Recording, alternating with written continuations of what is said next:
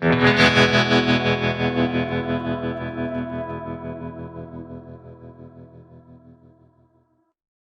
is our podcast number 975, it certainly feels like, the Mama Tried Flat Out Friday podcast. And we are coming to you from an undisclosed location. Hey. Go ahead. Oh, it's Matt Stout's van. We're currently going about 70 miles an hour in traffic through the Philadelphia Turnpike right now. All right. We're on our way to Cameron Smith's house to do some backyard residential boonie bike racing, some outlaw racing here. Yeah. Yep. With a privateer flat track racer from Coatesville, Pennsylvania. That's right. Yeah, Coatesburg. Coatesburg, as Jeremy's been calling it for all weekend. Well, Hey, let's start from the beginning. Yeah. Let's back up. This is the Flat Out Friday Mama Tried podcast, vlogcast, coming to you sort of live. And this, did you ever listen to that Jackson Browne album that they recorded on the bus? So you can hear they Really? recorded the entire album on the tour I want to bus. hear this. Really? I want to Cool. hear this. Yeah, it's a great record, and you can hear the bus shifting gears and and going down the road, and they're just hanging out after shows, going to the next place, and they got a guitar and a kick in a cardboard, a kick pedal in a cardboard box. I'm glad we could bring this full circle for you. Yeah. So I'm feeling pretty great about this. It's that's one of my favorite records. Well, I don't think we backed up. We just repeated. Yeah. Did we? Wait, we said that already? Yeah, we did. Oh, We said it. So, Oh. we are on. Well, let's introduce our guest here. Oh, yeah. Let's tell us who you are, and then again, we'll tell us how you got there. What are you doing here, sir? So my name is Rick from Chicken Fried Choppers. I am a person who does a lot of things and is absolutely terrible at all of them, but I just keep showing up and getting put in positions like this with people that outclass me very much. It might be kind of hard to tell true. that because we are in the back of this van right now, but we're working it out. We're doing the best with what we can. You're disrespecting yourself. You're very good because that's how you get into these situations. You're very good at what you do, and ultimately, one of the things you do is you put out good times on social media. Is that fair? Yeah. For sure, yeah, and that is the entire reason why I've done it. I want to have a good time, There's a street bike stunt guy. His name's Highside Joe. I think he's from the North Carolina area now. But his whole mantra is, I literally can't think of it right now. I completely blanked. So that was completely pointless. You had me at Highside Joe. Yeah, So I haven't got over that. His thing is a life worth living, right? Yeah. So 5 years ago, I found myself in a position of being newly sober, and I needed to fill the hours with not drinking. Got it. And motorcycles absolutely filled that void, and I've just been running as fast as I can at that, and trying to get involved as much as I possibly can. And one of those things that I found through the power of the internet is Flat Out Friday, which is kind of how we all came together here. That is. True. But without us, even without us at all, we're still doing your own thing, and you discredit it as if it's good. What you do isn't for good or for bad. Why I'm inspired by it is because you do it untethered by what anybody else thinks. Yeah. Is that fair? Yeah, sure. And that's your brand, and that's why I think it's very well done. Yeah. And I think that you, sorry to interrupt, but I think that you are a window into the chopper world of me as a graybeard, for the younger guys that are coming in, the younger people that are coming in, and it seems like you have something going on every weekend. You're going to a chopper, some sort of a race, a show, a camping trip, and I think that's awesome. And I know I'm not the only one. You have a finger on the pulse of a part of the scene that's, that in other ways maybe would be invisible, to me. And I know you're in it, and so that's cool, and I love watching that. So thank you. It's been a lot of fun. Like I said, I try to get involved in as much as I can. I want to race mini bikes. I want to race dirt bikes. Am I good at racing dirt bikes? Have I ever raced anything ever? No. But somehow I talk myself into thinking that things like the Bitwall 100 are a great idea, going in with absolutely no exercise and somehow surviving it. But Yeah, how you was know, that? It was the hardest thing that I've ever done in my life. Really? And for a lot of people who race the Bitwell 100, it's just a really good afternoon. And to me, it was, you know, You did it on a Monumental. Husqvarna too, I right? did it, yeah, on a 1980 Husqvarna with people that I met at the El Diablo run. Okay. So we had so much fun when I went to the El Diablo run with them. They're like, let's keep the good times rolling. Find a mid 1970, 1980 Husqvarna, and then that led to another adventure. You know, so I usually say yes to every opportunity that comes my way. Especially, you know, even if I have zero idea of how I'm going to pull that off in the moment. And I figure it out as it happens and do whatever I can to get wherever I need to go. Right on. Right on. And usually that's a very convoluted thing. You know, usually it's a mix of work and travel and I don't know. I just kind of try to glue the whole thing together and get wherever I need to go. Right. Well, and you're based out of Connecticut, Yes. so you're kind of East Coast specific. Uh-huh. And so a lot of the events that you're involved with or that you attend are in this side of the country. Yes, for sure. I definitely try to travel to, you know, like down south for events. They have a big mini bike race called the War Run down south. Coming up. Yeah, next weekend. That was a real lot of fun the first year that I did it, and that was another introduction into another entire group of people who race mini bikes and also have choppers. And yeah. That's cool. I don't, yeah. Yeah. Let me Well, shout out to Big Scott at the War Run. For sure. Let me coin your phrase, Scott. Let's back up just a little bit. So, chicken fried choppers. Yeah. Do you produce anything? Like, what is your brand? To someone that has no idea what we're talking about. Is what Chicken Fried Choppers a shop? No, so it's definitely not a motorcycle shop, and I found out pretty early on that a motorcycle shop would be the opposite of what I'm looking for, which is to travel and have a great time. Like, Right. no disrespect to the motorcycle shops, I think that's a really great thing. I really enjoy working on my own motorcycles and trying and failing at metal fabrication and engine work and all of that stuff. But yeah, the motorcycle shop isn't something that I have ever been particularly drawn to myself. But I do visit a lot of them when I'm on the road, and I have, you know, like a big respect for people who do that and are so confident in their work that they're able to, you know, charge premiums to do it.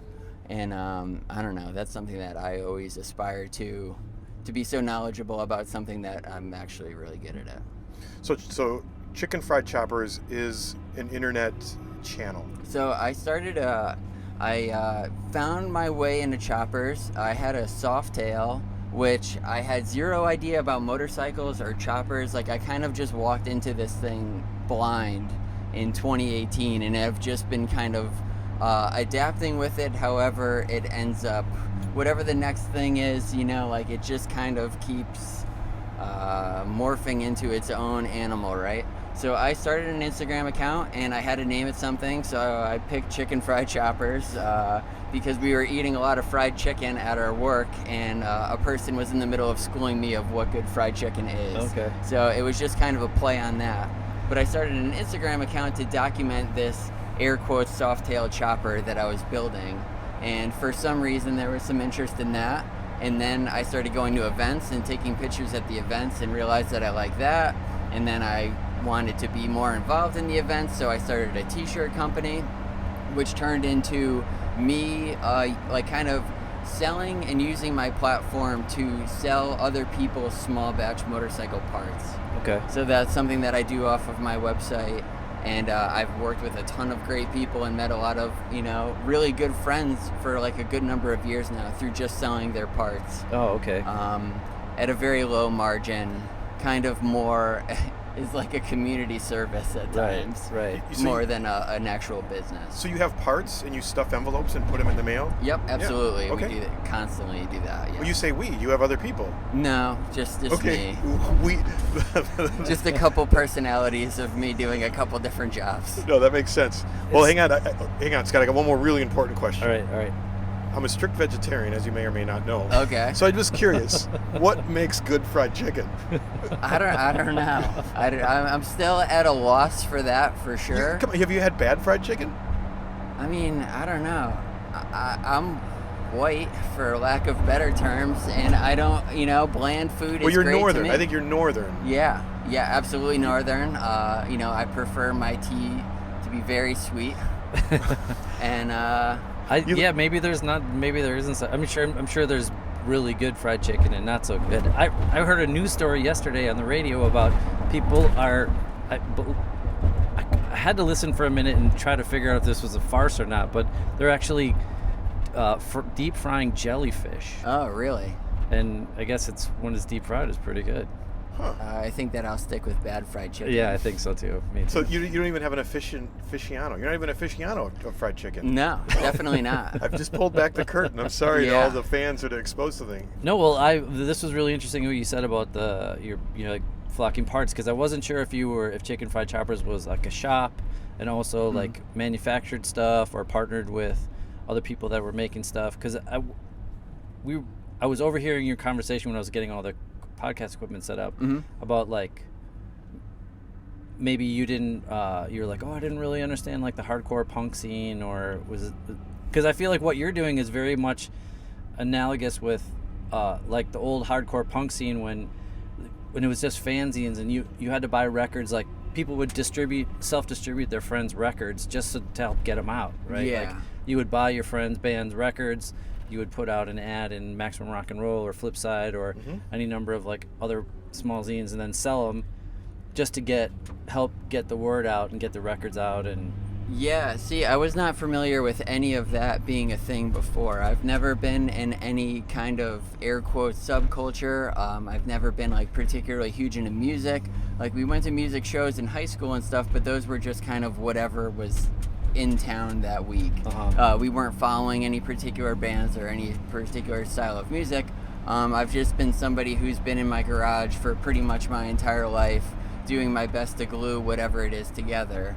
I started out with, I had like a Fox Body Mustang, I had some mini truck projects going on, and I found my way into motorcycles through a really interesting channel. And I just realized that those were much smaller, they take up much more space, and it still scratches the same itches without such a financial and time investment as like cars do. yeah. Well said. But do you believe you are a part of a subculture now? Oh yeah, absolutely. Yeah, for sure. Well, do you believe that? I want to empower you. Do you believe that you're a mouthpiece for this subculture?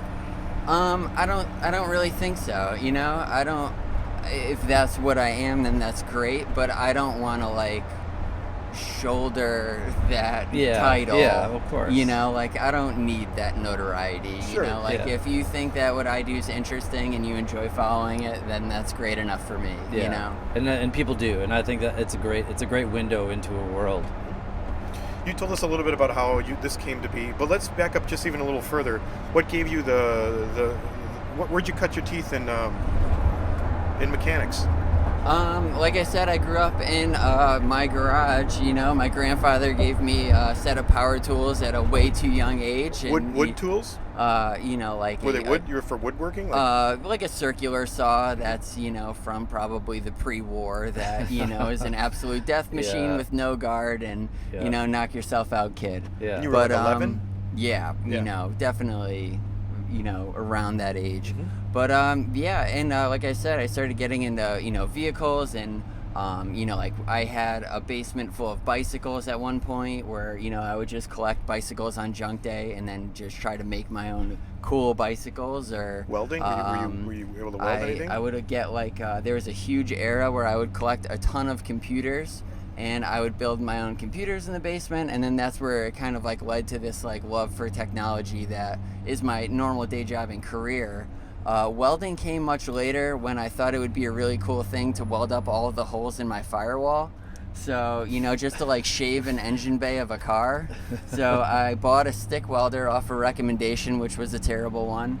And then I eventually figured out through somewhere that a MIG welder with gas is really what you want for that sort of thing. So I ended up buying a MIG welder and then just figuring it out. Nice. And never fully actually learning how to use it right, but I could stick stuff together and make it look okay. You have any formal education? Any formal tech school of anything? No. Any formal computer?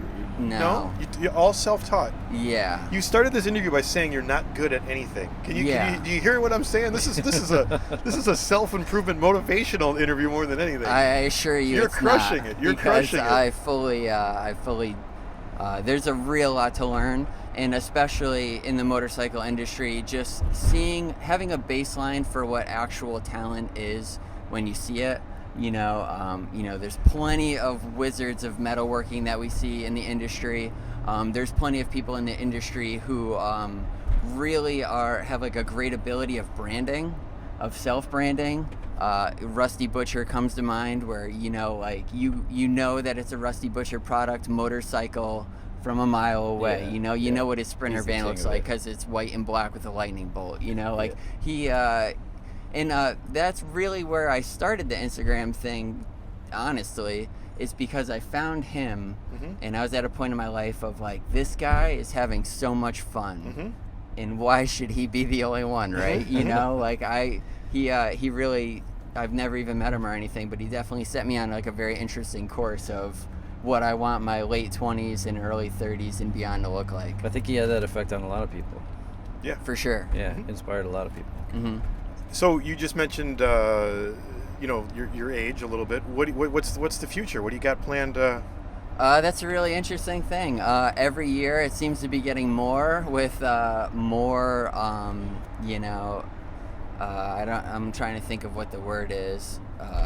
Bigger and better adventures. So last year was the first year. When I started in motorcycles in 2018, I had zero idea. I mean, I still have a very limited idea now, but to the point of where like I didn't know the difference between Harley Davidson models or motors or anything. The next year I built a bike and went on my first like camp out ride trip. Last year I crossed the country on a Sportster that I specifically requested be as ugly as humanly possible.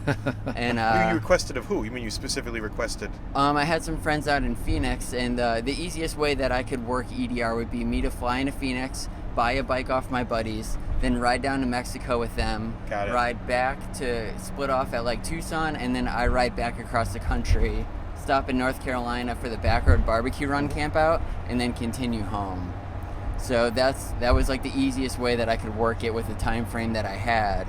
So I think that I crossed the country in 5 days. I think it was like 650 miles a day and like 13, 14-hour days. That's really on impressive. The That's bike. a lot. And I think that my farthest ride before that was like 4 hours away. Yeah. Like it was very limited. So And on an ugly bike, so On a makes it super even ugly harder. bike, yeah. Well, finish that trajectory. So that's where you were going. And the question was that's where you were. The question was, where are you going? Yeah. So I just want to, like I said, people ask me to be a part of things for whatever reason, and I maybe bite off a little bit more than I could chew That's at times your jam. and say That's yes. your brand. Yeah. So one of those things this year, I really wanted to race the Bitwell 100. Okay. So I did that on a Husqvarna. After that, Tim Stapp floated the idea of us doing a off-road Sportster trip on the MABDR, the Mid-Atlantic Backcountry Discovery Route, which is 1,000 miles off-road ride from Damascus, Tennessee, all the way to northern New York. And he floated the idea at Field Cleveland last year, and I really didn't love it, but I was like, yeah, I'll totally do that. That sounds great. And in my head, I'm like, that's the last thing I want to do. But, if I have a trouble throwing around a Husqvarna, like, let's get a Sportster 15 inches off the ground and see what we could do with that, So we all did it. I think that there was 12 of us total that So you took did this a trip already? Sportster. Yeah. Converted shit. it into as much of a dirt bike as we possibly can, and then we did the trip. And we did it in April or May timeframe of this year, Memorial Day weekend. And we all made it down there. You did that in a weekend? No, it was like it was supposed to be over the span of like a full week. Okay. And full disclosure, we made it about 250 miles about 3 days into the trip, where we're all kind of eyeballing each other like, is this enough abuse for this? We learned a real lot of lessons of trying to do that. We learned that there's absolutely no cell service, that you should absolutely bring water when you're going on an off-road trip, that there's not a gas station every 90 minutes, and that food is not going to be something that is at a restaurant down the street. Right. It was very remote. We were up on top of Jeep trails on cliffs and everything, and it was a lot for me. I could say me. It was a lot for me. Other people had a much better handle on it, but it was definitely a very challenging. How many people thing. went on this trip? I think there was 12 of us total that all built wow. bikes from all over the country. So Adam Sandoval from Oklahoma, Shade Tree Surgeon from Florida, and like a bunch of other people. A couple of my friends from up north, my buddy Brandon Badfish Customs. I think that you guys met Rob the Crazy Gentleman maybe at Sturgis this year. He built an off-road Sportster. All right. And his girlfriend Amy did it one day on a Lowrider S and absolutely crushed it and made us all look like squares when we were all on like these like kind of not particularly like home built dirt bikes. I wouldn't say that to any kind of professional level. So cool. who manned, if there was no cell phone service, how did you know where you were going? How was the trail marked? Who groomed the trail? So a lot of, Tim Staff specifically has done the Motorcycle Sherpa trip, which is something that me and him and the same group of people are planning on doing next year about this time of the year. So we're all going to do it together the same way that we did the off-road Sportster trip. And when they were in Nepal, they said that what they did was they had the person in the front of the pack leading, and whenever we make a turn, everybody waits at that turn before you make the turn. So you make sure that your whole group's together, you have everybody in line, and then you continue to progress through it. So we had a navigator in the front that had a GPS, and in hindsight, maybe we should have had a couple of those instead of one person with a GPS map on a very old TomTom equivalent, Well, were you ever on private property, or I honestly couldn't tell you. It is a very official route. The BDR company, they have BDRs in a lot of states across the United States of all varying levels. What does BDR stand for? Backcountry Discovery Route. Okay. So they have them in Colorado. You could buy basically a Butler map that outlines this, very well organized trail. Talk about subcultures, by the way. Yeah. It's a subculture I had no idea existed. Yeah. For sure, yeah. It's a very big thing in like the adventure community, in the dirt bike community, not so much in the off-road Sportster, world. Yeah. That's great. But it's a thing now, I guess. That's cool. So are you going to do any more trips like that? Are you going to prepare your bike better, or so we want to go back and basically fight the good fight again and make it through with everything that we learned from the last time and finish and go on the redemption run. So we're planning on doing that at some point next year as well. Okay, cool. I want to zoom in a little bit more on something we said earlier. You told me, that you think motorcycles are rad and you wish you could build. Is ultimately the kind of story you're trying to say. Yeah. I think that motorcycle people are different. You could have went the car route, but I think motorcycle people are different. Try to articulate for me a little bit more about these chopper people, this motorcycle people. Why are they different? I don't think that they are particularly different. I think that it is the same story across a real lot of different things that you could be interested in, right? There's a huge component of collecting in motorcycles. In the same way that we were brought up to, need every Pokemon card that exists. I am learning about and researching and trying to find, all the baddest vintage motorcycle parts and, maybe grab that one little tiny piece of a panhead and put it on a shelf because I did a bunch of research on that, figured out what it is, seen it somewhere and grabbed it.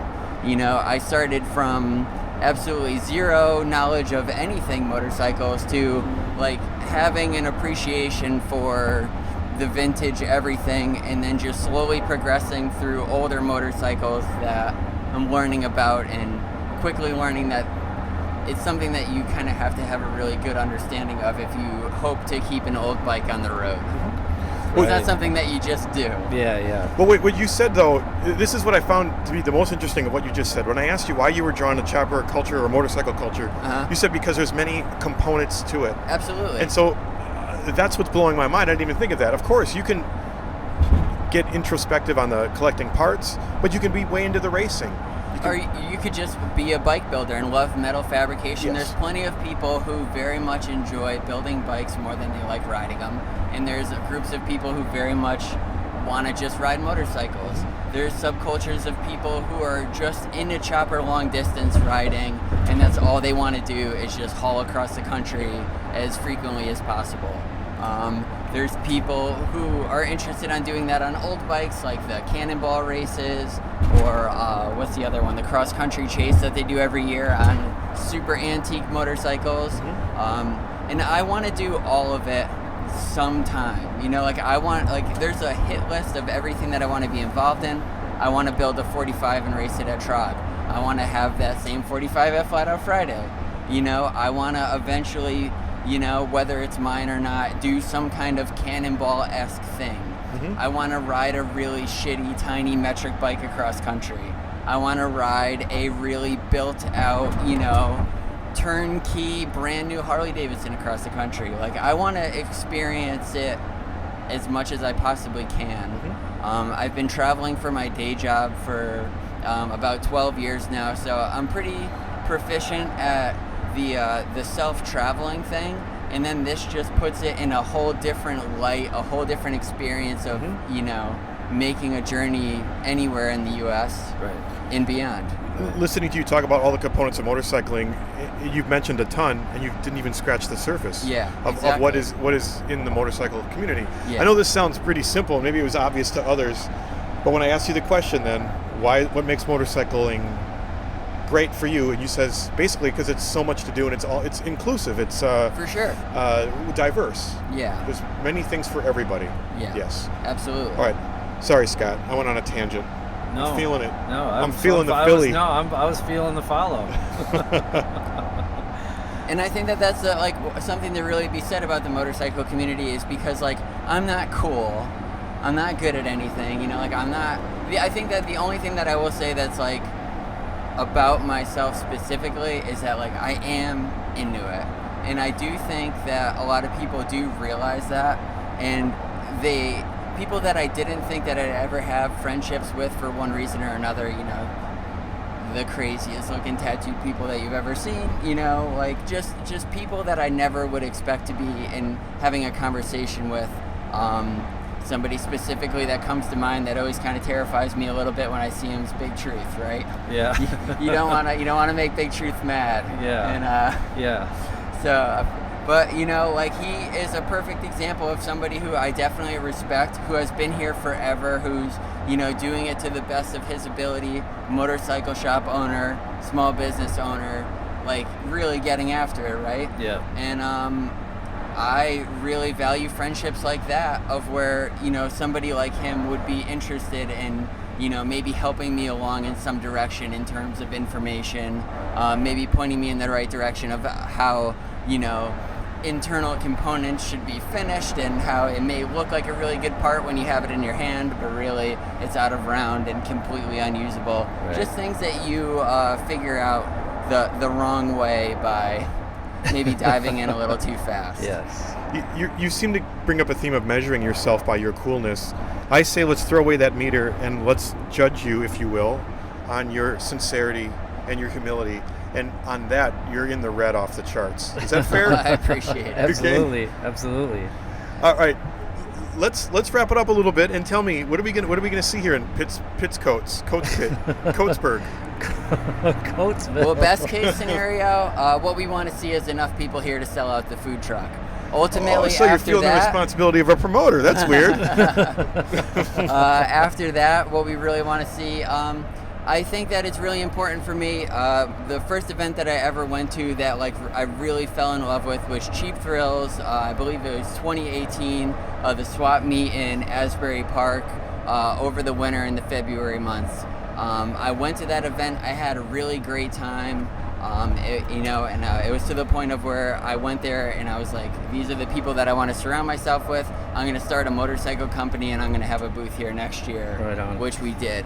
But there's been a couple other events like that I've had the pleasure of going to over the years where they're like, I had a name for it a couple weeks ago, but like, like a dream event, you know, like where you go to an event and all of the stars align, you meet like a new group of people, and for whatever reason that event was like so much farther beyond of what your expectations were when you went to it. Right. And that is something that I feel like a kind of a strange responsibility to continue on for other people.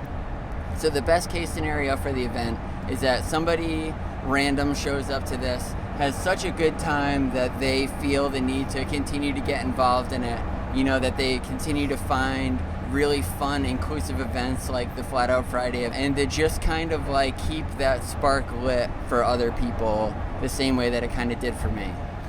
It's Right so great to see. I mean, Scott and I and Warren, we put these things out into the stratosphere, and it was someone heard it, or we're listening to Responded you. to We're, it. we're responding, Yeah. right?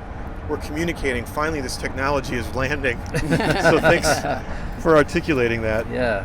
All right. Well, Scott, I don't know. how we doing? I don't know. We this got to is get great. ready. We're This- 2 hours behind schedule. I know. I think we're probably coming up on Coatesville pretty soon here. Coatesburg.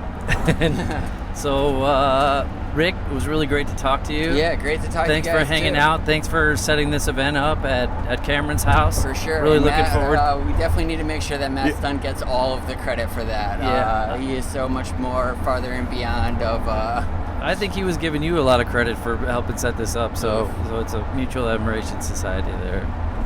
All right. So- Well, thanks. Thanks, everybody. Thanks everybody. I'm clapping. Yeah. Yeah. We'll Mama Tried Flat Out Friday podcast on our way to Cameron Smith's, and we'll catch up with you guys maybe later tonight or tomorrow. Thanks, Rick. Cool. Thank you. Thanks.